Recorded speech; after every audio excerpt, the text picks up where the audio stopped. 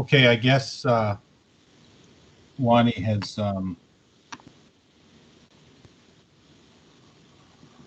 turned on the meeting. I'm trying to get the camera to work. It says we have to turn them on ourselves.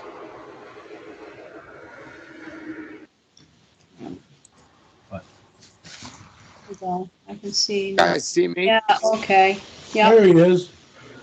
I can So see you. just select, you should just have to click on the camera next to the mute button if there's a line through it. Or if we right, want I to, can- we can just go out, go back. yeah, I can see you now. It says video sharing is disabled by the administrator. That's all. So can Oh, you hold see on. me right or not? Okay, I've never. Hold I on, know, let I me never see saw that. it before. I can see Yeah. you now. But that's not a big deal. I just want to make sure I can share my screen so I can show everybody a couple of documents. That's all. Yeah, hold on.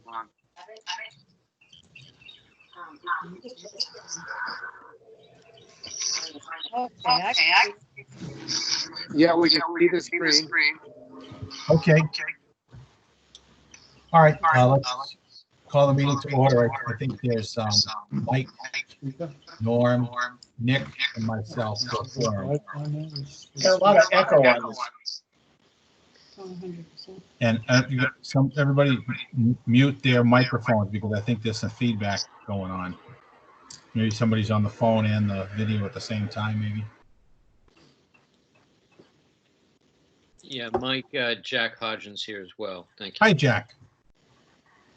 How you doing? Like saying that in an airport.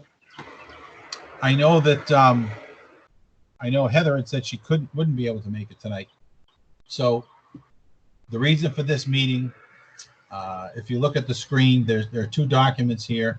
The one on the right is the Article 24, which originally we were going to pass over. The reason being is the thought was we could wait until grants were awarded. And what the chief had indicated was that, you know, he has these two trucks that respond, a 1993 Frontline engine and then a 2003 backup. The 93 really needs to be replaced. And then he recently found out that the 2003 backup has some rot in the frame and needs to be replaced. So after going over this with the selectmen earlier this week, they voted to take the CapEx committee's recommendation to use $75,000 from CapEx for the first year of a what would be an 8-year lease. So there'd be 7 more years after this. That's the worst case scenario. If you look at the letter on the left, when this all came to light, I called Congressman Jim McGovern, and he answered personally. And I explained the situation to him, and he wrote this letter to Bridget Bean, who I guess is the person in charge of administering this grant. And you know, this is his first round of efforts. It's supposed to be awarded later this summer. So the idea is that we've got to come up with 5% of the purchase price. So the 75 would do at least that. And if we don't have that, then we can just continue to pay the lease.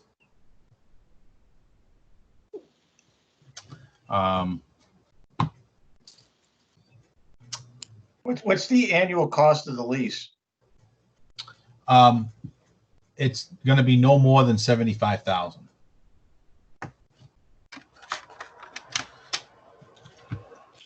So, Mike, worst case, if the town does not get the grant, you know, the capital committee is fine with the 75,000 the first year, but worst case, if they don't get the grant, where is the 75,000 going to come from the operating budget? I guess that's the question, right? Well, we would have to. That would be one option. Another one is a debt exclusion. Okay. And it should be important to know that we only have 2 or 3 years left on the Pheno property, although I know that's CPA money. You know, the reality is that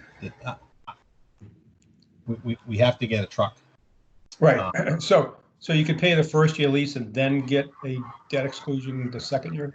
That's Correct. possible? That's correct. I mean, it would have to be a vote, would have to be a vote by the people.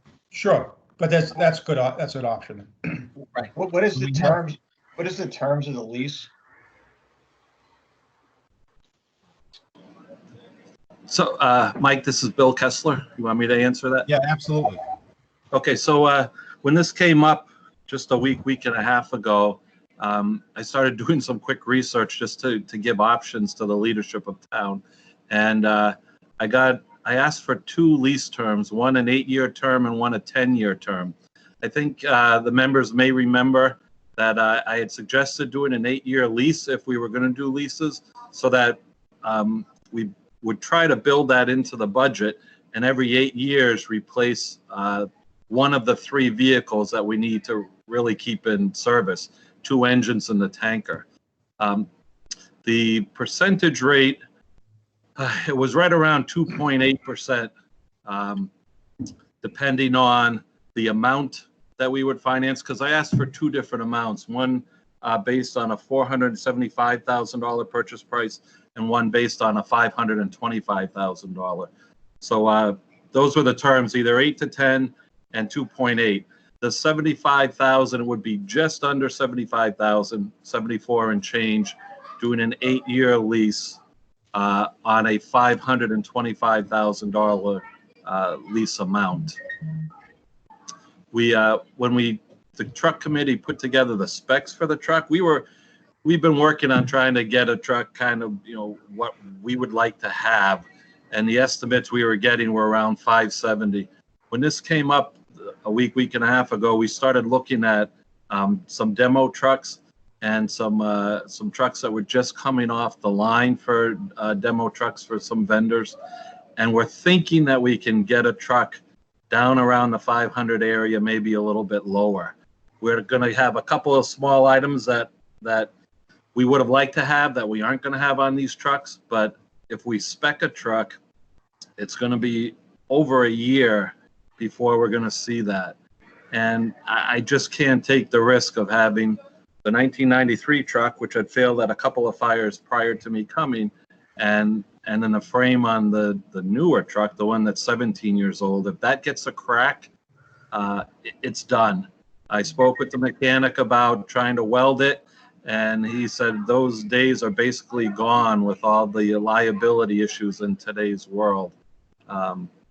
Spoke with a couple of people about trying to protect that frame, and basically what happens is it's a double frame, and when it started rotting and it's been unnoticed, it must have been rotting for a few years. The rot gets so deep in there that even if you try to sandblast it out and treat it, the damage is already done inside. So I can't tell you if it's going to crack next week, next year, or 5 years from now, but my approach would be to get a demo truck that we can get in probably in the September timeframe and move that 2003 truck, the 17-year-old truck, into the backup role to reduce the amount of use and hopefully be able to stretch that to the 8-year mark when it would be up for replacement. Chief, this is Mike. Hello, can I speak? Yeah, go ahead, Mike. Chief, this is Mike Amandolier. I agree, we need a new truck. What's the difference between a spec truck that you said might take a year and then a truck that you're gonna purchase that happens to be there? What's the difference? So some of it is compartment sizes. One of the things that we will not be getting on a demo truck is we were talking about either putting a front or a rear suction on the truck. That just allows us to, nose into a lake as opposed to positioning the truck sideways in order to draft out of a lake. The number of times that we really need to draft out of the front is a minimal. So we kind of viewed that as, a nice to have rather than a need. I can't really think of any other specific things. It's the reason that it takes longer is because when you start talking about trying to make compartment sizes a certain way or just making a little bit of changes to the truck, it involves kind of re-engineering that truck in order to make sure that the weight is properly distributed and the body of the truck can support that on the frame, which is what leads to that extension, because now you have to get in line with everybody else that's ordering the truck, as opposed to taking one that is pretty much a stock truck that they just put out for demos for that particular manufacturer. So when you say it's put out for demos, is it a new truck or is it a truck that's several years old that they keep dragging around showing guys like you? The one that we are leaning towards right now, strongly leaning towards, it is going on, or it's in the manufacturing process now. The particular local vendor, they're out of North Smithfield, that sells this particular truck, particular line of trucks. They have a process of every 6 months buying a new demo, so that they have the truck if they haven't sold it yet by the time it comes there to demo it, but they anticipate selling it within 6 months. So the truck that we're looking at right now, strongly leaning towards, will be under $500,000, it looks like, and it'll be delivered up into Rhode Island in the August timeframe. So there'll be no, other than if they have to drive it. I'm not sure if it's being manufactured. I think maybe in Florida. It might be, the mileage on will be the ride up, but yeah, no, it hasn't. The one we're looking at, and I mean, honestly, I can't guarantee you, because we're going to try and look and see what's the best value for the town. But yeah, it's a newer truck. It's a brand new truck. Okay, so the difference between buying a demo truck and a spec truck is that you're gonna settle for something that's not custom designed by you. That's Is that correct. Okay, That's correct. so we're gonna do that anyway because that's the better deal, right? I mean, Yeah, you're saying, let's go for the demo, so let's just go for the demo. Get the best deal you can on that demo, as long as it's a brand new truck, and then work around it. My next question to you is, again, we have a truck from 1993, which is 28 years old, and another truck that's 17 years old. Seeing what you are seeing in the age of that truck and this truck that we're going to purchase, can you give us an idea of how you're going to set up a maintenance program so that rust in a frame can be minimized over the years?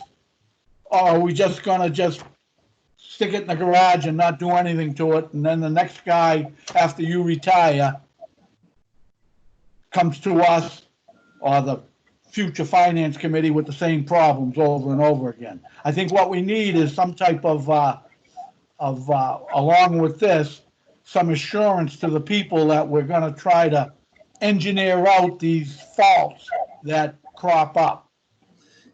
yes, it's a great question, and we've covered quite a bit of ground, myself and the head of our truck committee over the last week and a half. There's two different types of frames. One is the double frame, which is what our 2003 truck is, and then there's a single frame. So on a double frame, it's literally, and I'm not an engineer, but it's literally two frames that are just set together, as opposed to a single thicker frame. That apparently allows the truck manufacturers a lot of flexibility in providing the strength to hold the bodies that they need to hold. Now, that does leave that little bit of a gap that in the past they've tried to do with undercoating and that. The manufacturer that we are strongly looking at right now, it has told us that they take the frames, they drill the holes and do all the prep work that they have to do, and then they dip it in a galvanization process so that they don't have to drill a hole or do anything with that frame again once it's been galvanized. There is a recommendation that comes from them as far as annual maintenance and that on that particular truck. And there is and I haven't had a chance to go through the full warranty, but there's a limited lifetime corrosion warranty on that. So it would be my intent, and certainly the officers on the fire department that will carry on once I retire, to have that maintenance done on the maintenance schedule. And we'll be working with one of the keys for me on a truck anyways was to have a local service area. The 2 trucks that we have were sold out of New Hampshire. It's about a 2-hour ride or so up there. By buying closer, it makes it much easier to bring it back to the manufacturer service center. So we have looked into that whole thing, Mike. I agree with you 100%. The last thing we want to do is buy another problem. But we've tried to do it in a way that we've got what seems to be a pretty good warranty, a limited lifetime, but I'm sure the limited is we need to make sure we're doing maintenance. So that becomes a management issue. Hey, Chief, this is Nick, and I was hoping, not to belabor this, but I was hoping that you could maybe educate me on the other vehicles that we have in the fire department fleet and kind of their age. Sure. So we have a brand new ambulance that was just replaced, and we had a similar situation, just to divert a little bit on the ambulance. And I remember telling the committees, I really can't tell you how long before we have before some of the rot problems and other things that are going on were going to catch us. I don't mind saying this now because that ambulance is gone, but shortly after we got approval to replace that ambulance, 6 to 7 months before it was going to come in, we started having a little bit of a fuel leak out of our fuel tank because there was rot along the seam. Right at the same time, GM went on strike, and we couldn't even find anybody to manufacture a tank for us. So we ended up, the last 6 months, we had that old ambulance, filling it only halfway with fuel so that we could get it to the point when, that it'll last to the point where we got our new one. So we do have the brand new ambulance. We have a brush truck that is it's a 1982 or early 1980s chassis, but it's got a brand new bed on it. I shouldn't say brand new. It's probably 5 to 10 years old. I love the bed that's on it. Whoever designed that did a great job. At some point, that chassis will need to be replaced. But again, it's a brush truck. We don't take it out a whole lot. So I see that, several years down the road. That won't be the cost of an entire truck to replace. It'll be just the chassis, because we can lift the body off and set it on a new chassis. So we're talking probably in the neighborhood of, in today's dollars, $50,000 to $55,000 for that chassis. We have a rescue truck. It's a 2001 chassis. That's a truck that both the management, the company that did the management letter, a consultant that did it a couple of years ago, pointed out, and it's something that I agree with, that with a rescue pumper, we should be able to eliminate that truck. It was my intent, and this comes into some of the customization stuff, that our next truck was going to give us the flexibility between that and the current engine one to get rid of the rescue truck on delivery of the next truck. That may have to hold off just because of the frame issue, because I may need to keep a truck around, but I don't think we need the rescue truck on a long-term basis. We do have the 2 engines, the 1993 chassis and the 2003 chassis. And then we have a tanker truck, which I believe is a 2012. And if I remember correctly, that was obtained through a federal grant as well. So we have the 2 engines, a tanker, a rescue truck, and then an ambulance and a brush truck. Chief, this is Jack Hodgins. Thank you for laying out those options, Chief, and being creative here as well with a solution. Question for you on the model, on the model truck. Do you anticipate there are going to be any additional expenses to outfit the truck, or what is your plan to strip old equipment from the existing apparatus?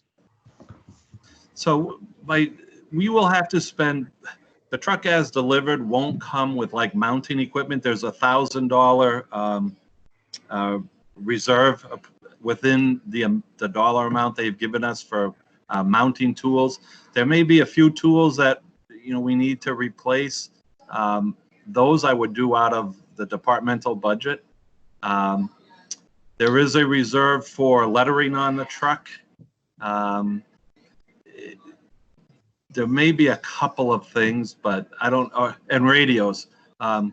We've got a radio project going on now that's going to be replacing, we're changing frequencies and replacing all of our radios. It's through a state 911 grant. I'm going to try, if I can do the timing right, that the radio outfitting of this truck will be done through that grant. If I can hold off doing the truck that we're going to be taking offline. So the cost other than the truck should be minimal. And if there is anything, I'm going to try to absorb it within the budget. Got it. Thank you, Chief. And it goes without saying, we have a spot to place this truck inside. I'm sorry, is there a spot? Oh yeah, the truck will go, absolutely, the truck will go inside, and the truck that we're going to take offline will go outside. If we need a period of time where they both have to be inside, I currently park the chief's car inside. I'll move that outside. We'll believe me, I understand we really need to take good care of these trucks. I We're know it going to sounds be. like a stupid question. I'm just asking.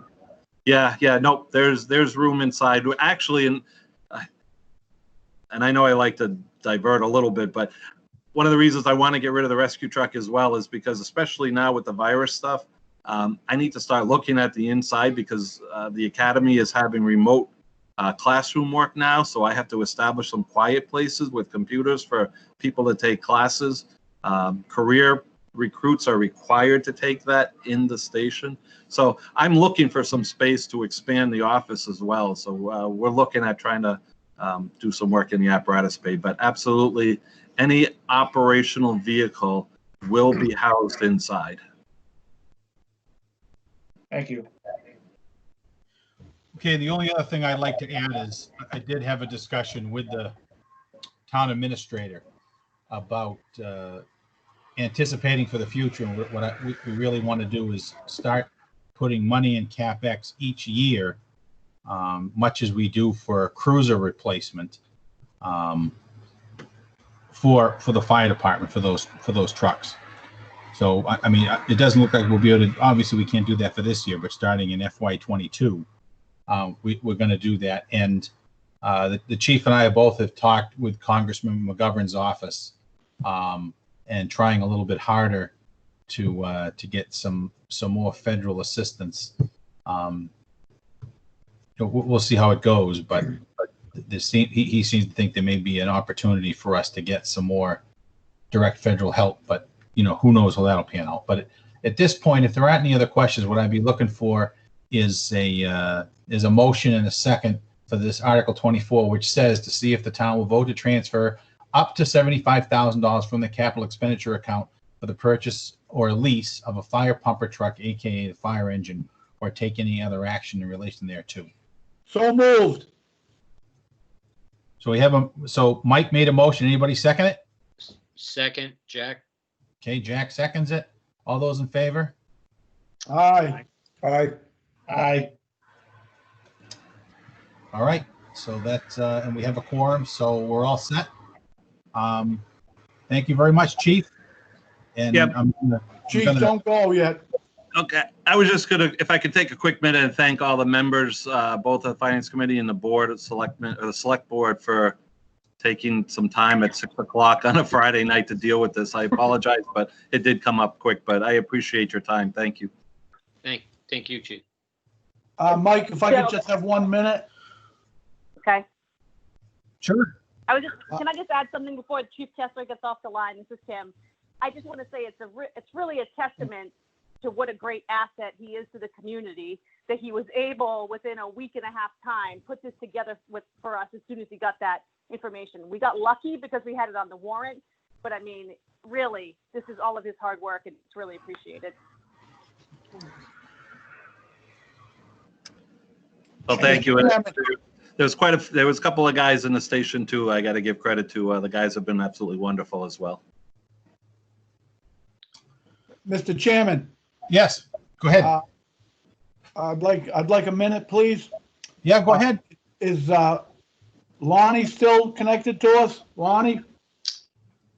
He told me that he sent me a text. He asked me to let him know he's monitoring, I guess, but he's not listening. So let me just, Okay, well, I just wanted to, I don't want to spend a whole lot of time on it, but the chief had mentioned that, and I kind of knew this over the years, this would eventually happen.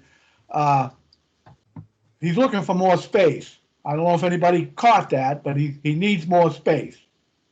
We've got a building over there that was going to be a police station. Chief, I think you should think about making that an annex to your police station, Fire station. I'm sorry, the fire station, and put your offices over there or classrooms over there. You're able to park one or two vehicles inside that. You own the property. That and I did get a message from the town administrator as well.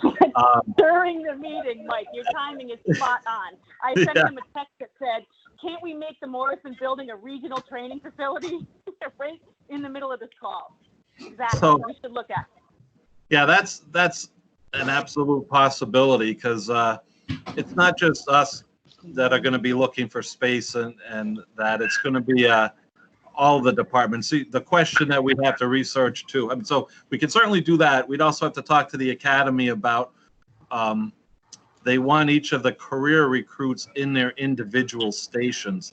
I'm not quite sure why. We'd have to pursue that, but on the call and volunteer recruit academy, they will allow them to be anywhere. So that would be a great opportunity to use that space as some training and also some administrative offices as well. That's all I wanted to just bring up and throw it out on the table to get that people thinking about that, Mike. All right, thank you. And I would just remind everybody, Monday night, we're going to make history because it's the first time, I think, since 1667, we actually had an outdoor annual town meeting. We do have a few scouts from Troop 1 that are going to come lead the Pledge of Allegiance. They're going to stay so they can get credit for some requirements on their merit badges.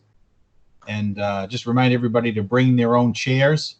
We're going to be set up on the football field right in front of the